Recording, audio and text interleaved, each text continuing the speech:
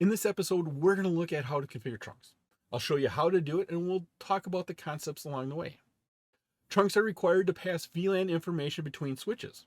A port on a switch is either an access port or a trunk port. Access ports carry traffic from a specific VLAN assigned to the port. A trunk port, by default, is a member of all VLANs. Therefore, it carries traffic from all VLANs. We're going to focus on creating trunk ports and assigning them to a native VLAN other than the default VLAN. We'll be discussing how to verify our VLANs and then configure trunks. Greetings to all my tech heads out there in the KevTechify Nation, and if you're new here, welcome. This episode is part of my series on configuration examples for the CCNA. I'm Kevin here at KevTechify. Let's get this adventure started.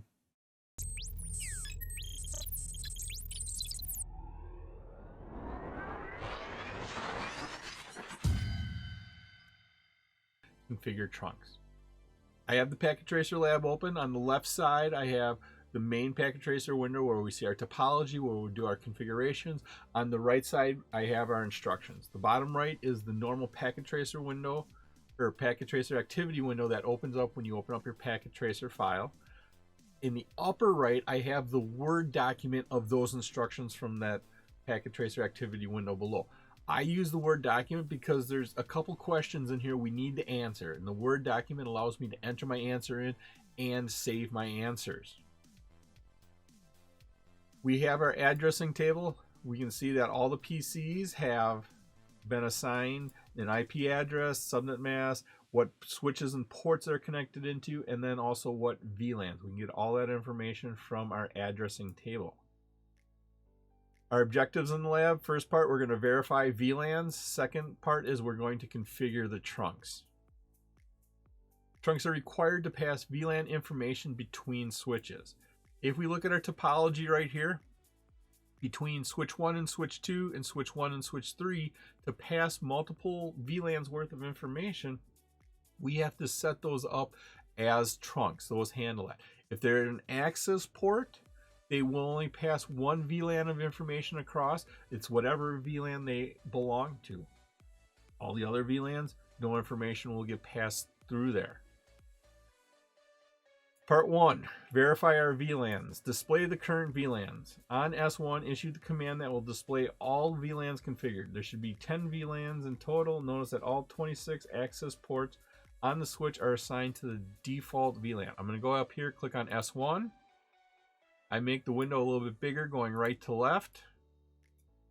Hit enter. We are in user exec mode. Type in enable to get into privilege exec mode. We can tell we're now in privilege exec mode because we now have the pound sign, the hashtag. I typically refer to it as the waffle sign. We can go ahead and enter in our command here to list out our VLANs. I like to use the show VLAN brief command that lists this out.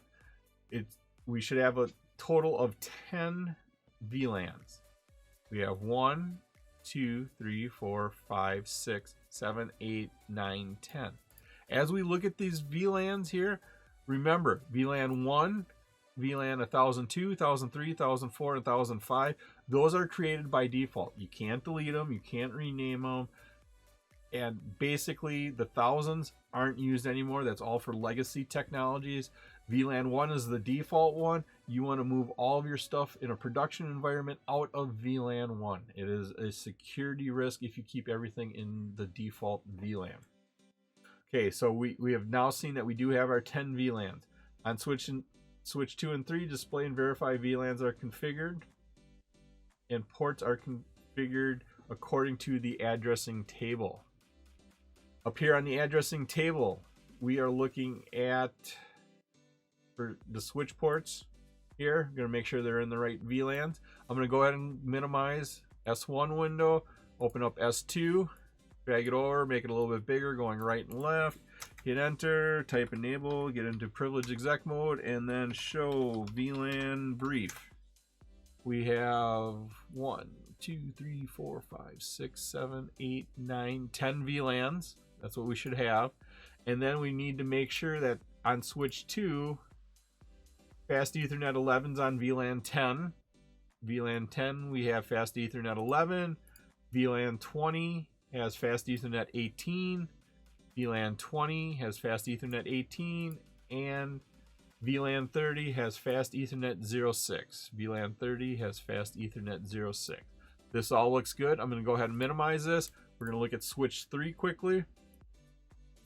Pulling it up here, make it a little bit wider. Hit enter, type enable, and then show VLAN brief. Here's our information. We have 1, 2, 3, 4, 5, 6, 7, 8, 9, 10 VLANs. That all looks good. Then we need to make sure VLAN 10 on switch 3 has port 11 in it. VLAN 10 has port 11. VLAN 20 has port 18.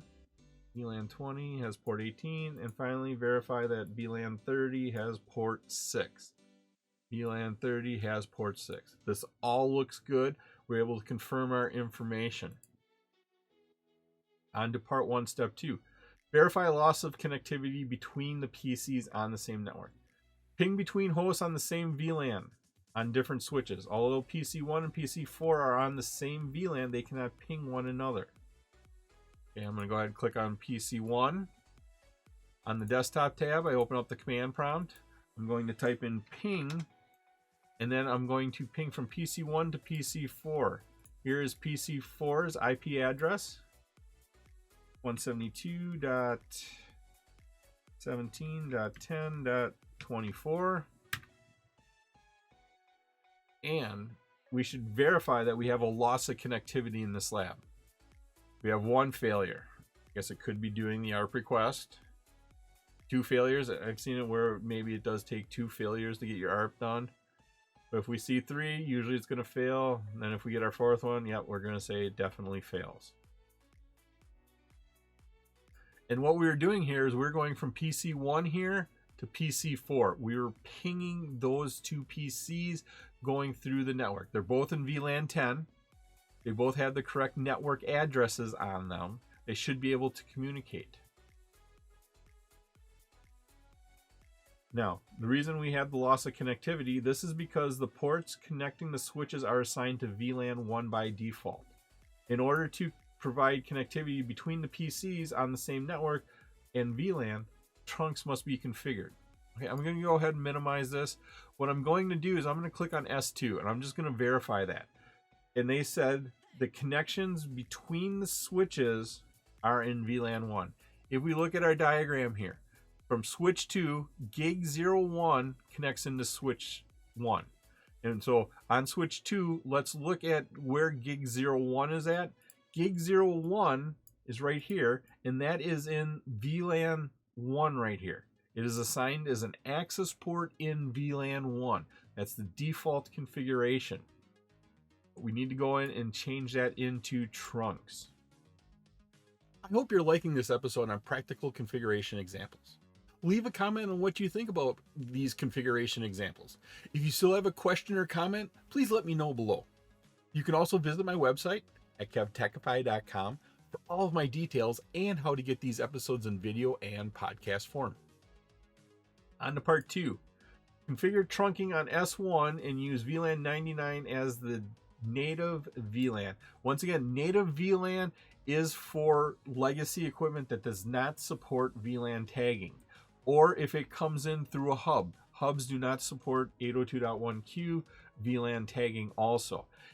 If a frame comes in and does not have the ability to be tagged, maybe it's a legacy equipment or a really old network interface card, it does not support that. If it doesn't support that, it puts it into the native VLAN.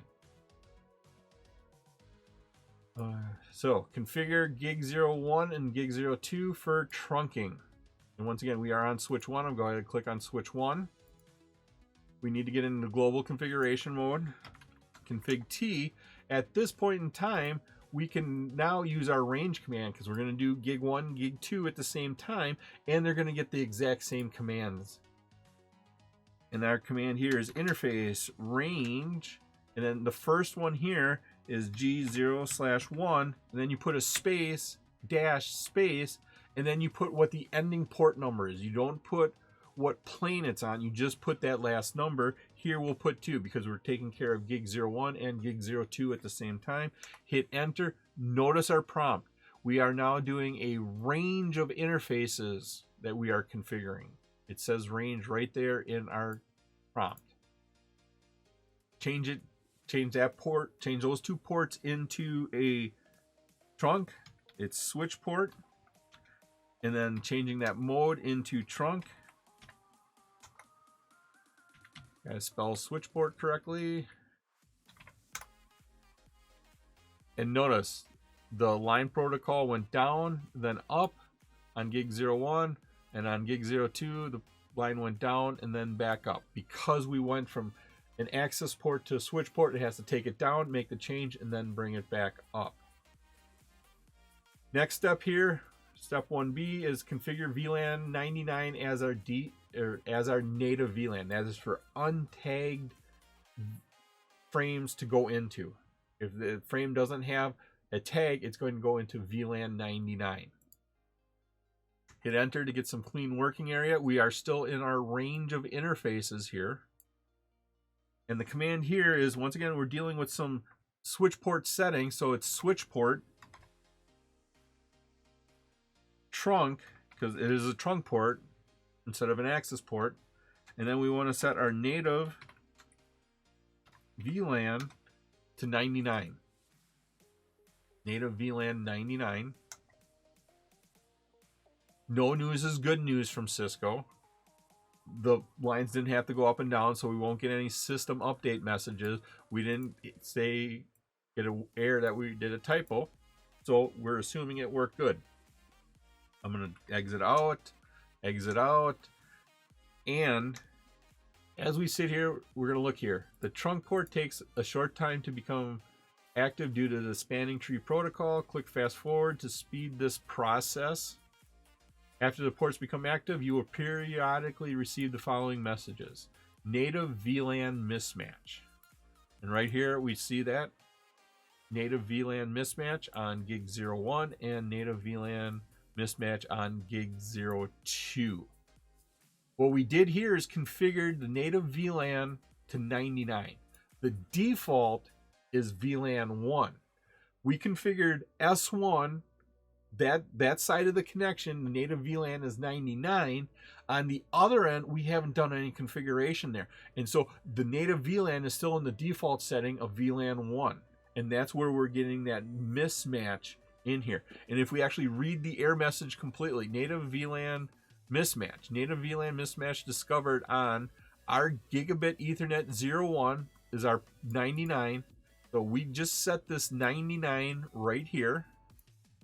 We just set this 99 right here with switch 2 gig Ethernet 01. And once again, we're on switch 1. So on switch 2, they're saying their native VLAN is 1. And that's what we're getting here. Although you have a native VLAN mismatch, pings between PCs on the same VLAN are now successful. Well, why is that? Well, let's go ahead and let's try that ping. Open up PC1. I'm going to ping PC4. Once again, PC4 is 172.17.10.24. Ping 172.17.10.24. And it's working. It's successfully pinged. Now, why did that happen? Well, remember, there is the DTP, the Dynamic Trunking Protocol. It's a Cisco proprietary protocol that tries to negotiate ports to work with each other.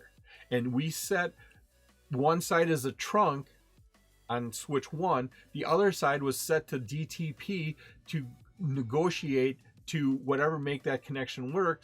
When that port went down and brought up, DTP on switch 2 and 3, the far end of that connection kicked in, and it went through the negotiation process. Because switch 1 was set as a trunk, we now negotiated a trunk connection. And that's how we got that trunk connection between our devices. That's how we're able to ping there. And that gives us our answer here. Pings are successful because trunking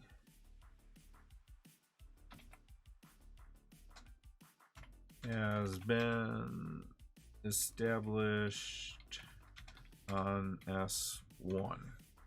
A successful. And now let's explain why, because that's what we're looking for. Dynamic trunking protocol, or DTP as short, has automatically negotiated the other side of the trunk lines. In this case, S2 and S3 have now configured the ports attached to S1 as trunking ports. There's our answer. On to part 2, step 2. Verify trunking is enabled on S2 and S3. On S2 and S3, just use the show interface trunk command to confirm that DTP has successfully negotiated the connection. The output also displays information about the trunking interfaces on S2 and S3. You will learn more about DTP later in the course. Yes, right now DTP, we just accept it's negotiating those trunk connections. Later on, we're going to get into how DTP actually works. Let's go ahead and open up switch 2 right here. Log in here, enable, get into privileged exec mode, and let's put that show interface trunk command in there. Here's the output. We can see several pieces of information. We can see that gig 01 is set to an auto mode, and that meant auto negotiation. We're using encapsulation of 802.1q, and we are currently a status trunk. And right here is our native VLAN of 1. That's where we're getting this native VLAN mismatch. On port information on gig 01, the allowed VLANs across that trunk are 1 to 1055. So any VLAN between 1 and 1005 can go across there. VLANs allowed and active in the management domain are 1, 10, 30, 88, and 99. VLANs in the spanning tree forward state here are 10, 20, 30, and 88. Which active VLANs are allowed to cross the trunk line? That would be these right here. That are allowed and active, and they're looking for the active VLAN. Our answer here is 1, 10, 20, 30, 88, and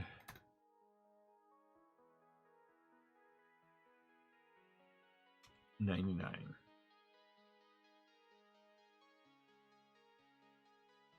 Make it look correct. Takes care of step 2. On to step 3. Correct the native VLAN mismatch.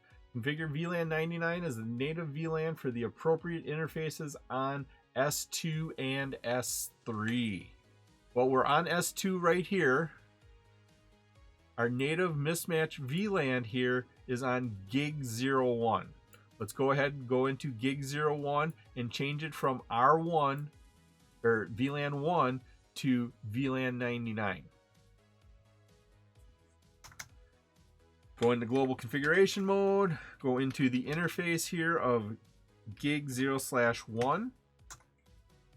Now we go ahead and change that to our native VLAN. We're dealing with the switch port setting. So we start off with switch port. It is a trunk. And then what we want is the native VLAN to 99. Set the native VLAN to 99. And then when we enter that in, notice we now are unblocking this.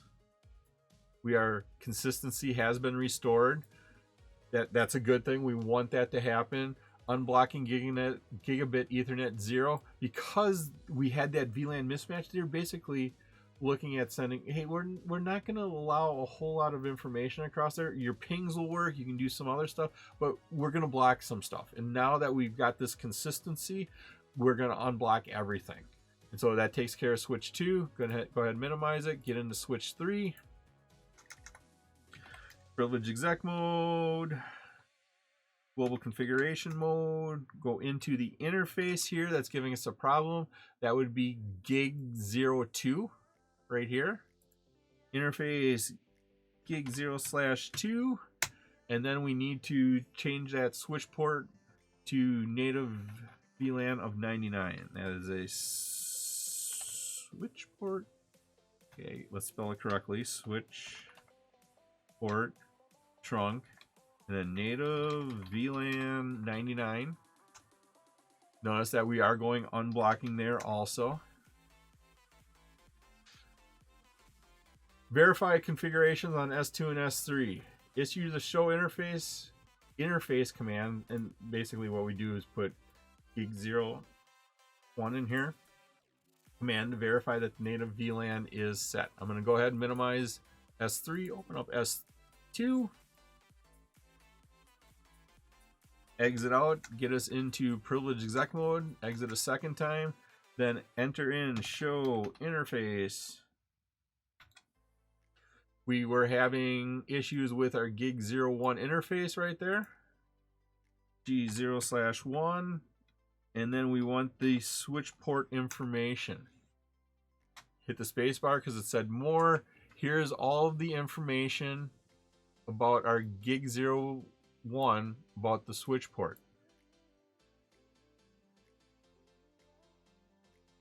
Verify native VLAN is 99. Right here, trunking native mode VLAN is 99. That's good. I'm going to minimize this, open up switch 3. Enter in our show interfaces. What interface were we dealing with? We were dealing with interface G02, G02, and then we want the switch port information. Here we have our trunking native mode of VLAN 99. We've confirmed that. Use the show VLAN command to display information regarding the VLANs. I'm going to go ahead, minimize 3, open up switch 2, and enter in show VLANs. Nope, there's no S on there, it's just show VLAN. Here's our information. Hit the space bar, display all the information. Let's scroll up a little bit.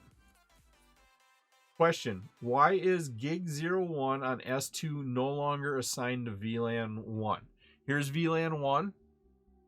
VLAN 1 used to have right in here gig01, and it is no longer there. It's no longer listed anywhere. Why is that? This here, we're looking at VLAN information. What ports are assigned to what VLAN? Gig01 is now a trunk port. Gig01 is a trunk port handling all VLANs worth of information, and so it's no longer an access port. These ports right here are access ports. If you're a trunk port, you do not get listed here when you do a show VLAN. You do not get listed. You are not associated with any one particular VLAN. You are a trunk port. You're responsible for handling all the VLANs worth of information. And that gives us our answer here. Port G0/1 is a trunk port, and trunk ports are not displayed